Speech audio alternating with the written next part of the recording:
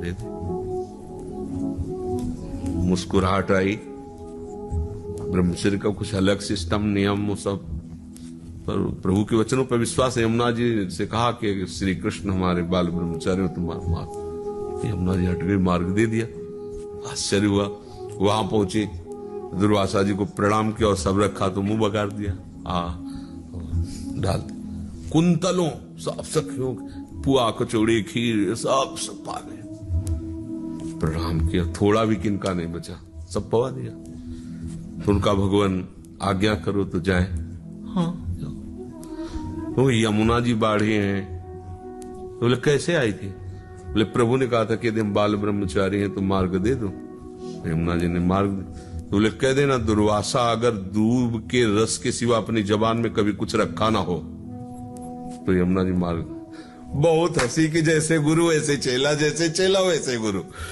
क्योंकि अभी हमने कुंतलों सब मिल करके पवाया, कहते जवान में न रखा हो।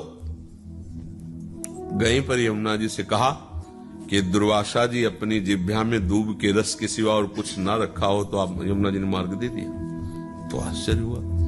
प्रभु के पास गए, प्रभु ने कहा गुरुदेव से मिला। पर प्रभु हमें लगता है आप गुरु चेला दोनों झूठे हो। बोले क्यों? बोले शास्त्रों गोपियों के साथ रास करते हो, हंसते खेलते हो। ब्रह्मचारी का जो होता है वो स्पर्श से भी बचता है। एकांत संभाषण अष्ट मैथुनों में ये भी आता है। बोले पर यमुना जी ने मार्ग दे दिया। और वो उन्होंने कहा कि अगर दूध के रस के सिवा जबान में कुछ न रखा हो तो पुआ खीर तो हम ही पवा के आ रहे, तो झूठा नहीं हुआ। तो भगवान ने कहा नहीं, तुम्हारी भावना थी, तुमने पवाया। उन्होंने स्वेच्छा में कोई इच्छा नहीं की और कोई पाया नहीं। वही जो ज्ञान की चरम भूमिका है। और भगवान अपने स्वरूप के सिवा कोई है नहीं। गोपी नाम च तत्पति नाम सर्वे साम्य च, इसलिए अखंड ब्रह्मचारी है। तो ये हमें समझना होगा कि जब तक ऊंचाई पर नहीं पहुंचेंगे तो मुझे लगेगा मैं भोजन का आश्रय लियूं, वस्त्र का आश्रय लियूं, नौकरी का आश्रय लियूं, ये सब करते हुए भी उसके आश्रित न रहना, प्रभु के आश्रित रहना स्वरूप में, ये ऊंचाई की बात है। पहले एक चीज पकड़ो, सत है नाम, नाम को पकड़ लो। सत नाम पकड़ लिया, अब धीरे धीरे धीरे धीरे सब बातें समझ में आ जाएंगी। अमित व शिखा जी।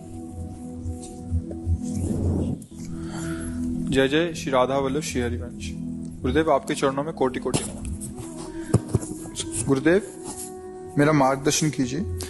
मेरे शरीर के माता पिता जो काफी वृद्ध हैं, दूसरे शहर में अकेले रहते हैं, जिनकी भगवत मार्ग में कम रुचि है। माता जी प्रतिदिन दिया बाती तो करती हैं, पर माता जी व पिताजी तामसिक आहार त्यागना नहीं चाहते, जिनके कारण ये शरीर व शरीर की पत्नी उनकी अस्वस्थ अवस्था में भी उनकी सेवा में नहीं जा पा रहे। किसका है? उनको आप कहाँ रह रहे हैं? हम हल्द्वानी रहते हैं, वो देहरादून रहते हैं। तो उनको अपने पास बुला लो।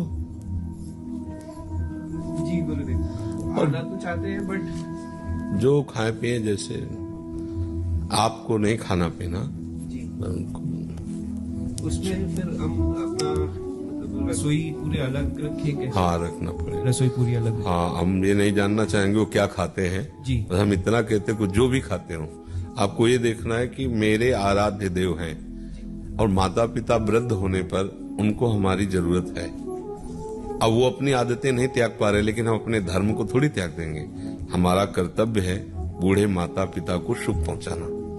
अगर आपको ऐसा भी कुछ बनाना पड़े तो अलग व्यवस्था कर लो, बनाकर उनको बस पवित्र होके अपनी रसोई बनाओ, अपने श्री जी को भोग लगाओ, आप पाओ, उनके बर्तन मांजो, उनको बना के पवाओ।